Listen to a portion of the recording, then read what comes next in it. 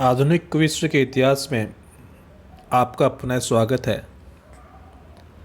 America के स्वतंत्रता संग्राम के भाग 7 में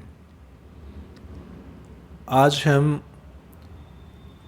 अमेरिका के स्वतंत्रता संग्राम के लिए लड़े गए युद्धों और महत्वपूर्ण घटनाओं का अध्ययन करेंगे। पिछले चैप्टर में हमने जाना था कि किस प्रकार लॉर्ड नॉर्थ की दमनकारी नीतियों के कारण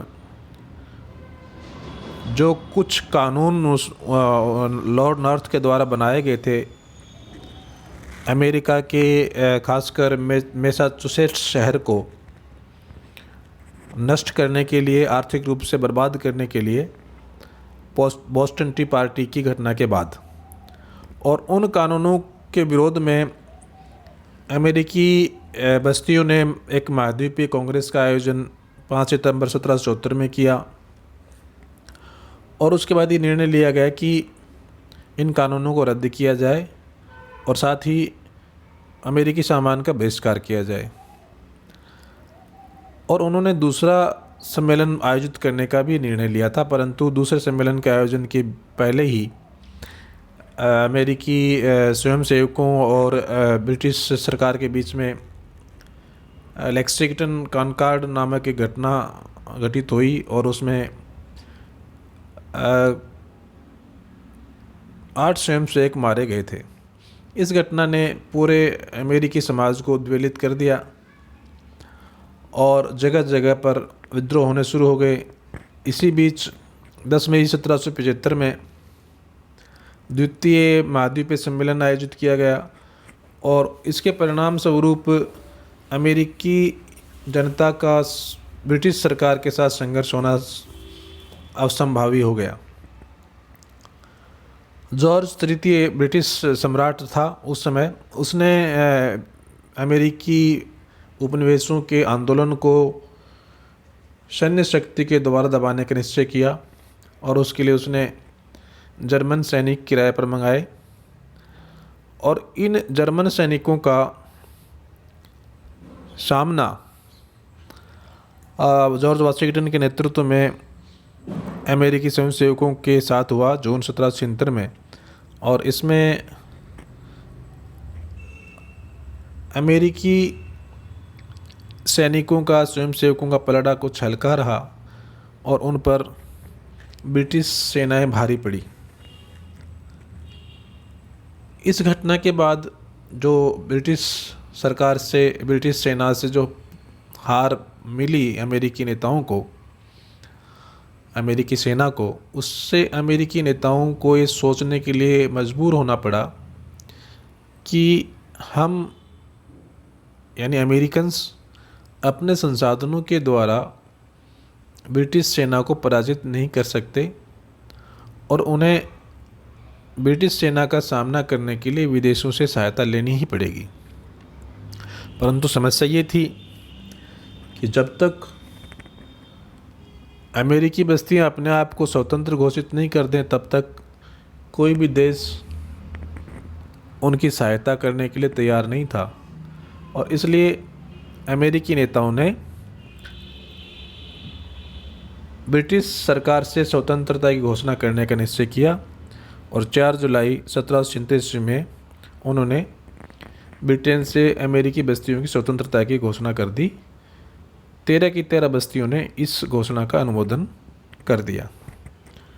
और उसके बाद स्वतंत्रता की घोषणा के बाद में ब्रिटिश सेनाओं का सामना अमेरिकी स्वयंसेवकों, हम स्वयंसेवक उन सेनाओं को ही कह रहे हैं क्योंकि कोई उनका एक निर्धारित पैटर्न में कोई उनकी ना तो ट्रेनिंग हुई थी ना उनकी भर्तियां हुई थी। वो केवल स्वयंसेवकों से ही जो इच्छुक थे लड़ने के लिए, न के बराबर संसाधनों के साथ उनको ही सेना के रूप में, सैनिक के रूप में कार्य करना पड़ा था। और उसके बाद आगे की घटनाक्रम ब्रिटिश सैनिकों और इन जॉर्ज वाशिंगटन के नेतृत्व में अमेरिकी सैनिकों के बीच में संघर्ष के रूप में परिणित हुआ। पहली महत्वपूर्ण घटना बंकर हिल की लड़ाई हुई। यह युद्ध 1737 में लड़ा गया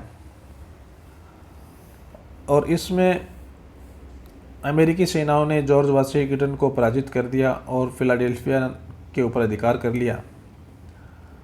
युद्ध में पराजय का एक बड़ा कारण अमेरिकी सैनिकों के पास सैन्य सामग्री का और अन्य साजो सामान का अभाव था। जॉर्ज वाशिंगटन ने एक पत्र लिखा था, उसमें उसने अपने सैनिकों की जो समस्याएं थी, कठिनाइयां थी, उनका वर्णन किया है। उसने लिखा है कि उसके पास जो सैनिक हैं उनमें से केवल कुछ सैनिकों के पास ही एक से अधिक शर्ट्स हैं, कमीज़ हैं। बहुतों के पास तो फटी पुरानी कमीज़ें हैं और बहुतों के पास तो वह है भी नहीं। ज़्यादातर जो सैनिक हैं वो नंगे पाँव हैं और उनके नंगे पैरों से बहते हुए रक्त से पता लगाया जा सकता है कि वो किधर गए हैं। और साथ ही उनके लिए राशन की भी पर्याप्त उपलब्धता नहीं थी। तो इससे हम समझ सकते हैं कि ब्रिटिश सैनिकों का सामना किस प्रकार बहुत ही कठिन परिस्थितियों में अमेरिकी सैनिक कर रहे थे। फिर भी उनके अंदर देशभक्ति और स्वतंत्रता प्राप्ति का एक जज्बा था जो उन्हें उनके सामने बड़ी मजबूती से टिकाया हुआ था। बंकर हिल का युद्ध तो जॉर्ज वाशिंगटन हार गया, परंतु उसने अक्टूबर 1777 ईस्वी में दूसरे एक सैन्य अधिकारी था, जनरल बुर्गोयान, उसको उसने साराटोगा नामक स्थान पर वाशिंगटन ने घेर लिया और घेर कर उसे आत्मसमर्पण करने के लिए मजबूर कर दिया। और ये घटना ब्रिटिश सरकार की ये पराजय अमेरिका के इतिहास में बहुत महत्वपूर्ण घटना है,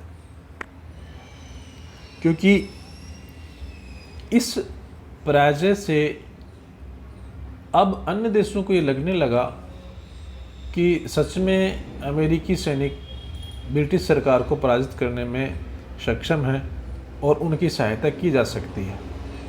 नहीं तो अभी तक ही सभी विदेशी जो शक्तियाँ थी, देश थे, वो सोचते थे कि क्या पता अमेरिकी सैनिक ब्रिटिशर्स को खदेड़ने में सफल भी होंगे या नहीं होंगे। परंतु इस युद्ध ने उनको अमेरिका की सहायता करने के लिए प्रेरित किया और उसके बाद फ्रांस, स्पेन, पोलैंड आदि ने इंग्लैंड के विरुद्ध लड़ने का मन बना लिया। 6 फरवरी 1778 ईस्वी में अमेरिकी बस्तियों और फ्रांस के मध्य समझौता हो गया और उन्होंने अमेरिका के सहयोग में ब्रिटेन के खिलाफ युद्ध करने का घोषणा कर दी। वस्तुतः फ्रांस अमेरिका की केवल इसलिए सैन्य सहायता करना चाहता था क्योंकि सप्तवर्षीय युद्ध में उसकी करारी पराजय ब्रिटिश सेना के द्वारा हुई थी और उसका बदला वो लेना चाहता था, और इसलिए उसने उचित अवसर समझकर और इंग्लैंड को सबक सिखाने के लिए, उसको नीचे दिखाने के लिए युद्ध की घोषणा उसने कर दी 1778 ईस्वी में। और उसके बाद कुछ अन्य देशों ने भी, मसलन स्पेन ने 1789 ईस्वी में और हॉलैंड ने 1780 ईस्वी में इंग्लैंड के विरुद्ध घोषणा कर दी। कुछ अन्य महत्वपूर्ण देश थे जिन्होंने तटस्थता की घोषणा कर दी, यानी किसी प्रकार के हथियार वो उठाएंगे नहीं, ना ही उनका उपयोग करेंगे। इन देशों में रूस, डेनमार्क और स्वीडन थे। और इसके परिणाम स्वरूप अब युद्ध का जो माहौल था उस माहौल में ज़बरदस्त परिवर्तन आया और अब अमेरिकी सैनिकों का जो मनोबल है वो बहुत ऊंचा लेवल पर बढ़ गया। तो इस प्रकार साराटोगा का युद्ध इस मायने में ऐतिहासिक है कि इस युद्ध के बाद अमेरिका को अन्य देशों से सहायता प्राप्त करने में सफलता प्राप्त हुई। तीसरा और बहुत ही महत्वपूर्ण युद्ध लड़ा गया यॉर्कटाउन का युद्ध, जो 19 अक्टूबर 1781 ईस्वी में लड़ा गया। यह युद्ध अमेरिकी सेनापति जॉर्ज वाशिंगटन और ब्रिटिश सेनाध्यक्ष, उसमें जो सर्वोच्च सेनाध्यक्ष था ब्रिटेन की तरफ से अमेरिका में, लॉर्ड कॉर्नवालिस, उसके मध्य लड़ा गया। और इस युद्ध में जॉर्ज वाशिंगटन की सहायता की फ्रेंच सेनापति लाफायत ने। तो इसका मतलब है कि एक तरफ तो फ्रांसीसी और अमेरिका सेना थी और दूसरी तरफ लॉर्ड कॉर्नवालिस के नेतृत्व में ब्रिटिश सेना थी। यह लॉर्ड कॉर्नवालिस वही व्यक्ति था जो बाद में भारत का गवर्नर जनरल बना था। कॉर्नवालिस, जॉर्ज वाशिंगटन ने यॉर्कटाउन के युद्ध में 19 अक्टूबर 1781 में कॉर्नवालिस को पराजित किया और उसे आत्मसमर्पण करने के लिए मजबूर कर दिया।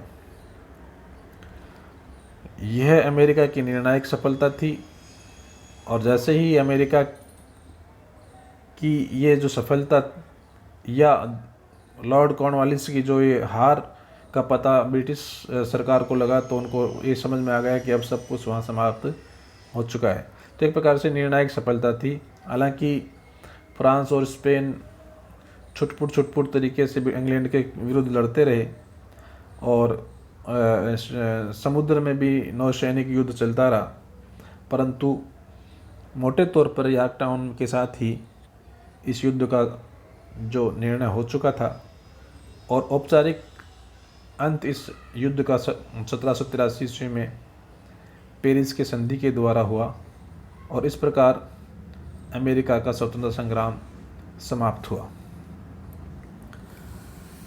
पेरिस की संधि 3 सितंबर 1783 ईस्वी में की गई और इस संधि के द्वारा अमेरिका को स्वतंत्रता प्राप्त हुई। चूँकि अमेरिका को फ्रांस ने, स्पेन ने, हॉलैंड ने भी सहायता दी थी, इसलिए इस संधि में उनको भी कुछ न कुछ मिलना था। तो आइए अब दृष्टि डालते हैं कि इस संधि में क्या क्या प्रावधान रखे गए। पहला, इस संधि के द्वारा इंग्लैंड ने अमेरिका की 13 बस्तियों को स्वतंत्रता प्रदान कर दी और इन 13 बस्तियों ने मिलकर एक नए राष्ट्र को जन्म दिया जो संयुक्त राज्य अमेरिका के नाम से जाना गया। और अल्गानी पहाड़ों और मिसिसिपी नदी के बीच के जो प्रदेश थे वो प्रदेश इन्हें सौंप दिए गए। वो उस प्रदेश भी इन्हें सौंप दिए गए। चूँकि फ्रांस ने अमेरिका की सहायता की थी तो फ्रांस को भी कुछ न कुछ मिलना था। तो इस पेरिस की संधि के द्वारा इंग्लैंड से फ्रांस को वेस्ट इंडीज़ में सेंट लूसिया और टोबागो, अफ्रीका में सेनेगल और गौरी प्राप्त हुए और साथ ही भारत में भी कुछ क्षेत्र इसको प्राप्त हुए। स्पेन को इस संधि के द्वारा फ्लोरिडा तथा भूमध्य सागर में मैनार्का नामक टापू प्राप्त हुआ। हॉलैंड ने भी अमेरिका की सहायता की थी युद्ध में और उसमें ये निश्चित किया गया कि युद्ध से पूर्व जो इंग्लैंड और हॉलैंड की जो स्थिति थी वो स्थिति बहाल कर दी जाएगी। और अंतिम प्रावधान था कि जो एक नया राष्ट्र बना है संयुक्त राज्य अमेरिका के नाम से, उसकी सीमा निश्चित कर दी गई। ओहियो नदी के साथ साथ उसकी सीमा को निर्धारित कर दिया गया। और इस प्रकार 3 सितंबर 1783 ईस्वी में आयोजित पेरिस की संधि के द्वारा अमेरिका को औपचारिक स्वतंत्रता प्रदान कर दी गई और वह ब्रिटेन की गुलामी से, ब्रिटेन के आधिपत्य से हमेशा हमेशा के लिए मुक्त हो गया। पेरिस की संधि के बाद युद्ध भी समाप्त हो गए, अमेरिका स्वतंत्र भी हो गया और स्वतंत्र होने के बाद में अब दिक्कत ये आई कि वहाँ पर शासन व्यवस्था किस प्रकार से चलाई जाए, क्योंकि अब ब्रिटिश सरकार के जाने के बाद, ब्रिटिश सेना के जाने के बाद में कुछ मतभेद अमेरिकी राज्य में वर्चस्व को स्थापना को लेकर होना स्वाभाविक था, वो होने लग गए थे। और इन सब को ठीक करने के लिए फिलाडेल्फिया में एक सम्मेलन आयोजित किया गया, जिसमें एक नया संविधान बनाने का निर्णय लिया गया। 4 पृष्ठों के नवनिर्मित संविधान पर 17 सितंबर 1787 ईस्वी में हस्ताक्षर किए गए अमेरिकी बस्तियों के द्वारा। 55 व्यक्तियों ने इस पर हस्ताक्षर किए थे और ये संविधान 21 जून 1788 ईस्वी में लागू हुआ। इसके द्वारा अमेरिका में गणतंत्र की स्थापना की गई, अर्थात अमेरिका का जो राष्ट्र प्रमुख होगा वो चुनाव व्यक्ति होगा। और इस गणतंत्र की स्थापना के साथ साथ वहाँ पर संघीय शासन व्यवस्था भी स्वीकार की गई। संघीय शासन व्यवस्था के अंतर्गत शक्तियों का विभाजन संघ यानी केंद्र और राज्यों के बीच में किया गया और नए संविधान के द्वारा अमेरिका के लोगों को अनेक अधिकार दिए गए। और इस संविधान के अंतर्गत, नए संविधान के अंतर्गत 17 मार्च माफ़ कीजिएगा, इस संविधान के अंतर्गत मार्च 1789 ईस्वी में एक नई सरकार का गठन किया गया और उसमें जॉर्ज वाशिंगटन को प्रथम राष्ट्रपति बनाया गया। अमेरिका का ये संविधान विश्व का प्रथम लिखित संविधान माना जाता है और इस संविधान के लागू होने के बाद अमेरिका ने संघीय व्यवस्था के तहत निर्वाचित राष्ट्रपति राष्ट्राध्यक्ष के रूप में शासन करने लगे और एक नए राष्ट्र का आविर्भाव हुआ, जिसने बड़ी जल्दी ही शक्ति संपन्नता प्राप्त की, सैन्य संपन्नता प्राप्त की और शीघ्र ही ये विश्व का सबसे शक्तिशाली राष्ट्र बन गया। तो आशा है आज जो हमने इस टॉपिक के अंतर्गत अध्ययन किया, अमेरिका के स्वतंत्रता संग्राम में जो महत्वपूर्ण युद्ध लड़े गए, उन युद्धों का घटनाक्रम किस प्रकार हुआ, कौन से युद्ध कैसे कैसे लड़े गए और किस प्रकार से पेरिस की संधि, जो यॉर्कटाउन के युद्ध के बाद लॉर्ड कॉर्नवालिस जो ब्रिटिश सेनाध्यक्ष था, उसके आत्मसमर्पण करने के बाद पेरिस की संधि 3 सितंबर 1783 के द्वारा अमेरिका का स्वतंत्रता संग्राम समाप्त हुआ, अमेरिका की स्वतंत्रता के साथ समाप्त हुआ और एक नए राष्ट्र के जन्म के साथ समाप्त हुआ। ये सब समझने में आपको सहायता मिली होगी। धन्यवाद।